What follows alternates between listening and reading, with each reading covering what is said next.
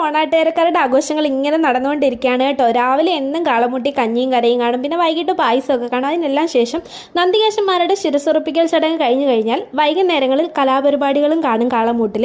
ഈ 52 കരകളിലെയും നന്ദികേശന്മാരുടെ മുന്നിൽ എന്നും വൈകിട്ട് കലാപരിപാടികൾ കാണും കേട്ടോ. അപ്പോൾ ഓണാട്ടുകാരുടെ ഏത് മുക്കിലും മൂലയിലും ചെന്നാലും ഇപ്പം നല്ലൊരു വൈബാണ് കേട്ടോ. ഉത്സവത്തിൻ്റെയൊക്കെ എല്ലായിടവും ലൈറ്റൊക്കെ ഇട്ട് ഫുൾ ആൾക്കാർ ഇങ്ങനെ ഒത്തൊരുമയോടെ കാത്തിരിക്കുന്ന ഒരു ദിവസമാണ് ഒക്ടോബർ 3 എന്ന് പറയുന്നത്. ഓണാട്ടുകാരക്കാരുടെ വലിയൊരു കാത്തിരിപ്പാണ്. സംശയമില്ലാതെ പറയാം, ഓച്ചിറക്കാരെല്ലാവരും ഏറ്റവും കൂടുതൽ ആഘോഷിക്കുന്നതും കാത്തിരിക്കുന്നതും 28ാം ഓണത്തിന് വേണ്ടിയിട്ടാണെന്ന് കേട്ടോ. ഇന്ന് നമ്മുടെ കരയായ കൊറ്റമ്പള്ളിക്കര തിരുമുഖവേടന്റെ മുന്നിൽ കുത്തിയോട്ട പാട്ടും ചുവടും ഉണ്ടായിരുന്നു കേട്ടോ. ഓരോ ദിവസവും ഓരോ കലാപരിപാടികളായിരിക്കും. ഇന്ന് എന്തായാലും ഞങ്ങൾ കാണാൻ പോയിട്ടുണ്ടായിരുന്നു. ഉണ്ണിക്കണ്ണൻ ഇങ്ങനെ കണ്ട് ആസ്വദിച്ചിരിക്കുകയാണ് കേട്ടോ.